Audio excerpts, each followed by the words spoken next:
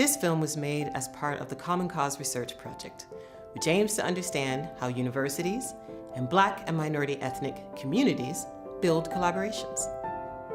Each of these films tells a different story of how these collaborations might work.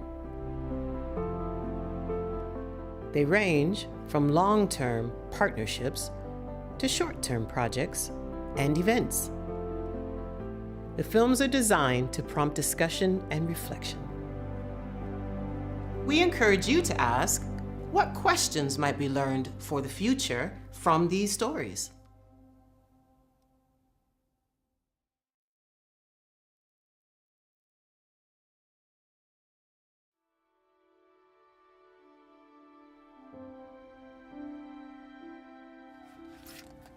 Making Histories, using family, oral and community history methods.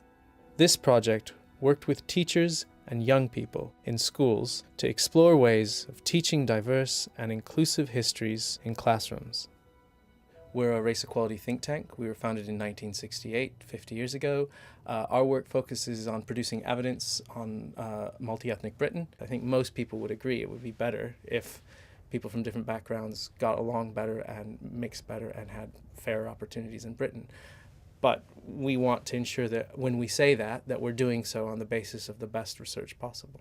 Runnymede is very good because they've always worked with academics over a series of kind of projects, so they have more of an understanding of the way that academic research works and how universities work and what those pressures are. I've been working for the last 25 years probably on issues around race and ethnicity in Britain, mainly concerned with young people, more recently on issues around South Asian migration to the UK. We've worked with Claire on a variety of projects. Romans Revealed, which looked at the Roman period, Bangla Stories, which looked at migration to Bangladesh and West Bengal and India, and then this story, Making Histories.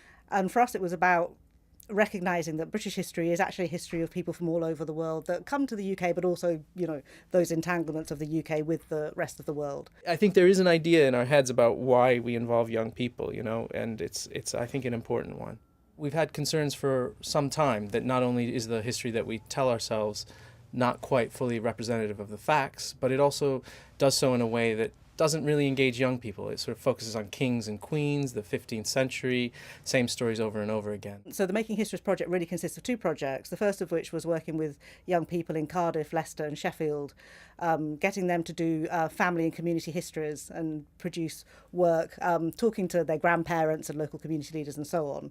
And the second part was one which was focused much more on teachers, how teachers can teach inclusive and diverse histories in their classrooms and try and support them in ways of doing that. And for that we worked with schools in Greenwich, in East London and in Manchester. For both of the projects they ran about the same thing, so about kind of 9-10 months, probably drifting to 12 months.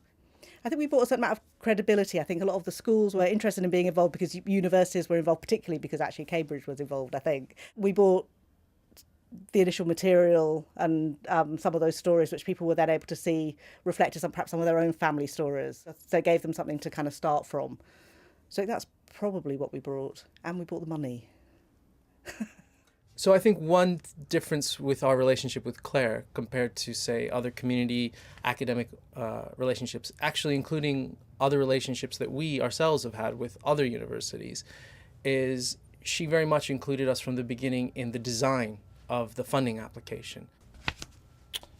What was a surprise? It was a surprise, I think, that we were able to continually work with Claire without too many disagreements or difficulties. It was a surprise, I suppose, how far Runnymede was able to set some of the agenda on the project, not simply in terms of the outputs, but in terms of the approach and in terms of the work.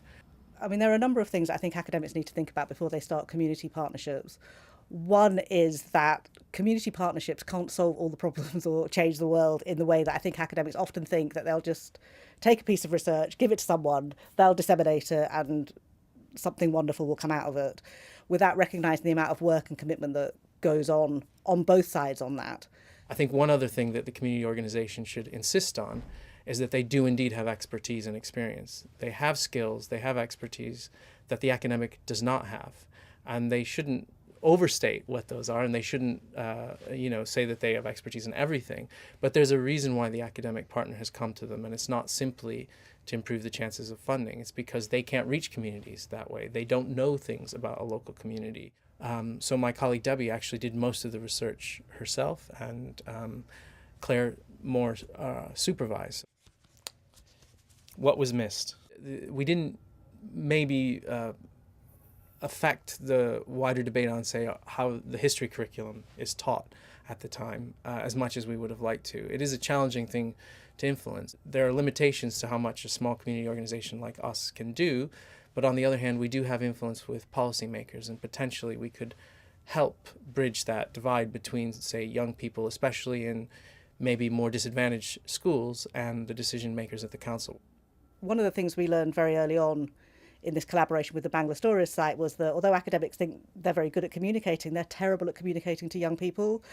And so it was quite interesting for us having to let go of what we thought of as our expertise and pass that over to someone else who actually knew how to make this accessible. My question for Runnymede probably would be around how effective they think the changes that we were able to make in terms of education practice in classrooms was. I mean, how well they felt that was, how significant and how kind of enduring they felt that was. Would you agree that in many ways the work that you do for Runnymede is over and above the work you do as an academic, and that you do it knowing that it won't necessarily contribute to your academic career? How do you think we and other community organizations could similarly motivate other academics to lend their expertise and their knowledge in that sort of collaborative way? We did as well parliamentary launches for both of the projects, where we brought some of the young people from each of those schools into Parliament to present their work and talk about what that was like and show some of the films. What do you hope that the young people got out of this project? I think two things. One is that the young people will have had some hands-on experience of doing research and what that's like, and I think that partly demystifies higher education. So if they were thinking about going to university, they can think, okay, actually that could be me. What was a joy? The kind of big idea we had, which is that young people can and will engage better with history if they themselves are involved actively in making that history and learning that history and in excavating that history locally in a way that connects with them. And it was a joy, really, to see that in some ways, intellectual hypothesis was actually realized when we worked with these young people. We worked with some young people in Greenwich, quite disaffected, kind of alienated, hated school. And we got them to go and talk to their grandparents, and there was that moment where they realised actually their grandfather who came over from Ireland was part of a particular kind of history, and that story actually mattered. What was a surprise?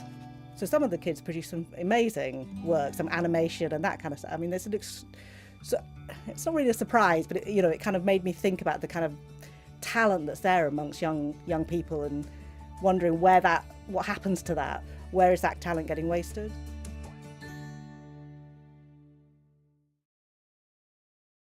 If you are interested in finding out more about the project, please go to the Common Cause website.